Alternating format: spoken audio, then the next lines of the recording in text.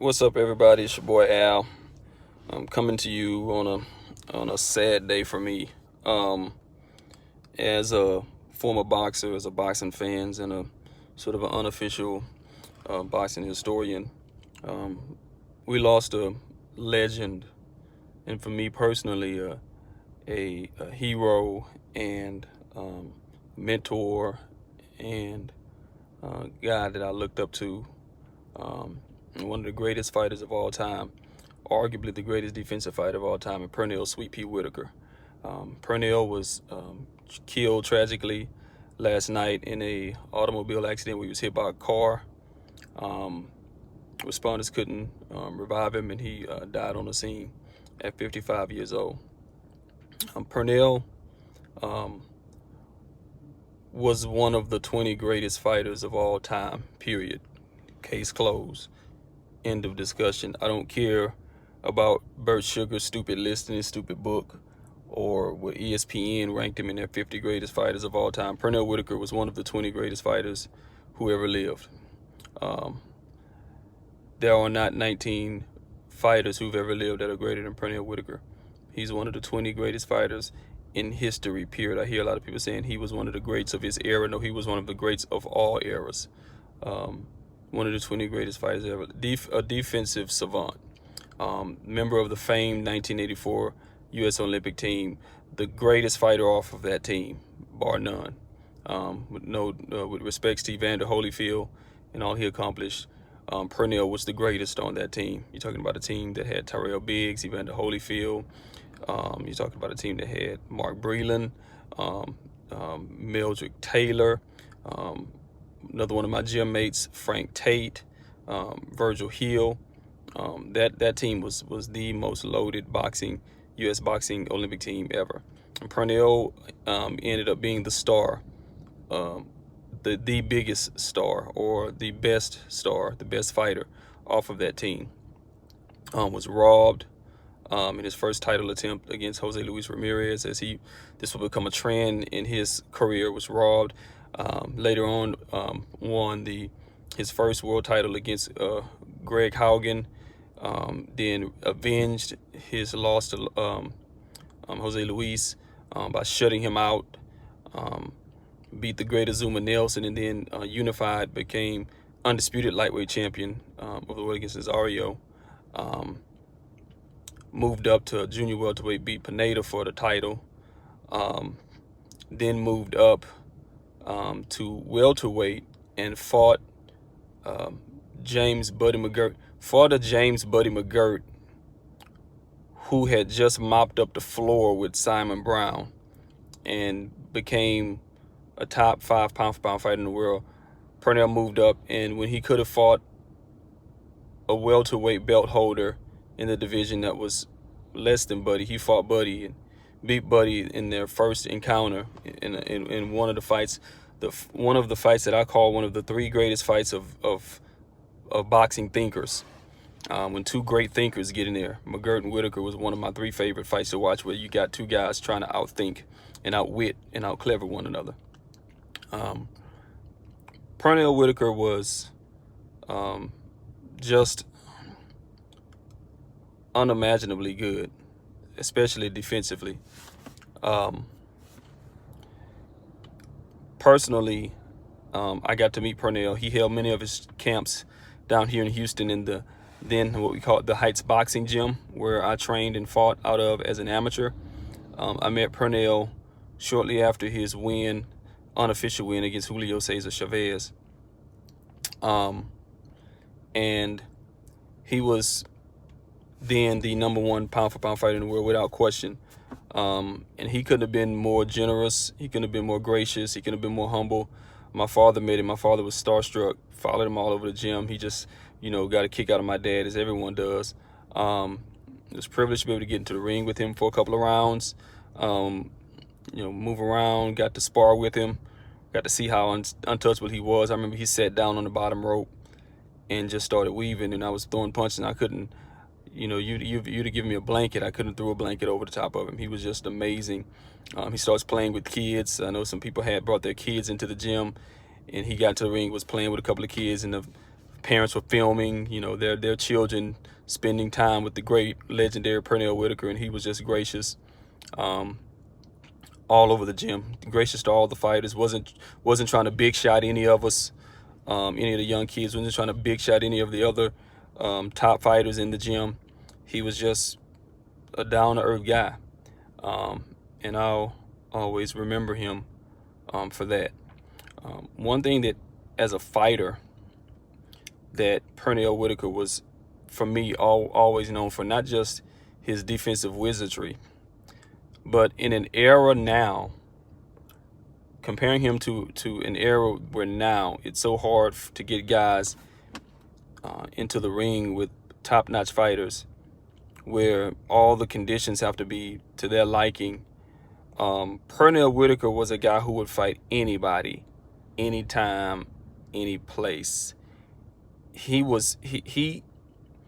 fought everybody, and he wanted everybody, when they were at their best. He wanted Lopez, and this guy had over 100 fights, and Whitaker in his 15th fight fought him and schooled him and got robbed. He fought Azuma Nelson when Azuma Nelson was a feared junior lightweight champion, thoroughly outboxed Azuma.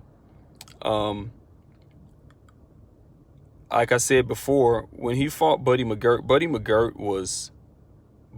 already was one of the most avoided fighters in boxing. Already one of the top fighters in boxing. And then he schools, Buddy absolutely takes apart a Simon Brown, who many people were saying would rival Julio Cesar Chavez for, at the time, the #1 spot as a fighter. Buddy took Simon apart.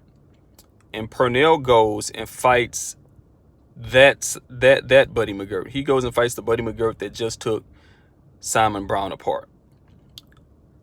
Then, after he defends his welterweight title numerous times, he goes just a little north of Mexico to fight the greatest Mexican legend of all time. Who does that? Pernell Whitaker, that's who. I've never seen a fight where the fans were so quiet. Pernell schooled Julio to the point where the fans were just absolutely quiet. He fought the greatest Mexican legend in the presence of over 100,000 fellow Mexicans and schooled him didn't even bat an eye, not intimidated at all. Then, in the rematch with Buddy McGirt, nearly knocks Buddy out after Buddy got the blab in his mouth, and people were wondering if he could, take Buddy apart again. Nearly knocks Buddy out in a rematch. And then gets bored and goes up to 154 pounds and beats a tough and highly avoided Julio Cesar Vasquez for the 154-pound crown, for the WBA version of the 154-pound crown. The same Julio Cesar Vasquez who would hand Winky Wright his first and only loss for a really, really long time. Pernell took that Julio Cesar Vasquez apart. Now, the significance of that fight is up to that point that when Whitaker beat Vasquez, there were only 3 fighters in history who had won titles in 4 weight divisions: Sugar Ray Leonard, Thomas Hearns, and Roberto Duran. So with the win over Vasquez, Pernell became the 4th fighter in history to win titles in 4 weight divisions. That's significant in his era because in his era, boxing recognized the WBO title for what it really is, and that's a piece of trash. So whoever held WBO titles, you weren't recognized as a world champion. So Oscar De La Hoya's 130-pound trash belt he won against a trash Jimmy Brehall was not recognized as a world championship belt. They came back and tried to recognize that as a world title and said he won titles in 4 divisions. And then they recognized the trash WBO belt he won against I can't remember the guy's name, but the guy really won the fight, and he won that belt and claimed that as a middleweight title and claimed that he had titles in 5 divisions, even though he got crushed by Bernard Hopkins. He tried to claim titles from 130 to 160, but that's inaccurate. That WBO title wasn't recognized as a legitimate world title belt when De La Hoya won it. So he's really only won titles at 135, 140, and 147 and 154. He's won titles in 4 weight divisions, not 6 as he claims. But Whitaker was the 4th fighter to win titles in 4 weight divisions, joining the esteemed company that I aforementioned. The guy was just marvelous to watch. He wasn't that hard of a puncher, but he could hit you hard enough to keep you off of him. He was hitting Julio Cesar Chavez hard enough to cut him and to have him against the ropes several times. He hit Buddy McGirt hard enough to nearly stop him in the second fight. And his body attack, as Buddy McGirt made mention, was savage and highly underrated. He was also unfortunately known for constantly being robbed, especially by Mexican fighters. Jose Luis Ramirez, I think that was who it was. The first fight, he was robbed, and we all know about the famed Julio Cesar Chavez robbery, which was such a robbery that Sports Illustrated gave it the cover and you know, titled it "Robbed" and showed Whitaker hitting Chavez. And then later on, he was robbed against Oscar De La Hoya, which to me may be the biggest mystery. Well, not mystery, because De La Hoya was, you know, he had boxing in his back pocket at the time, or he thought he did, until he lost that controversial decision to Trinidad. But how do you go into a world champions division where he's been champion for many years, get outlanded by 80 punches, get knocked down by the champion, and still walk away with that champion's belt? I don't understand it. I don't know how that can happen. But that's what Oscar De La Hoya did against Pernell Whitaker, who had De La Hoya basically standing up froze the whole fight. De La Hoya was at the point where he was scared to throw a punch because he was afraid he was going to get countered by Pernell.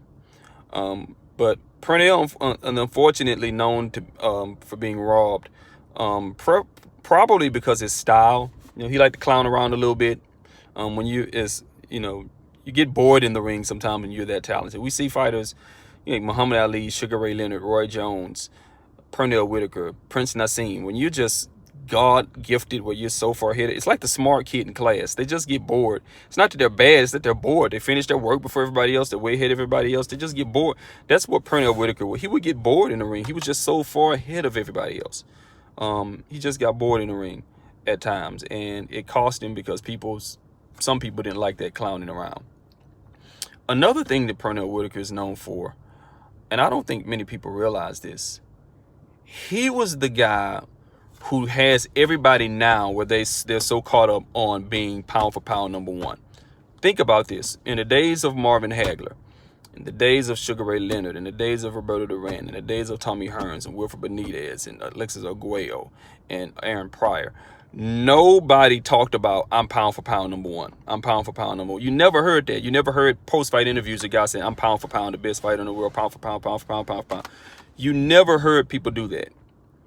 Pernell made that a thing. He made that a thing when he sat behind Julio Cesar Chavez on the Ring Magazine pound for pound list for a few years. And he beats Buddy McGirt, who was about number 3 or 4 on the list.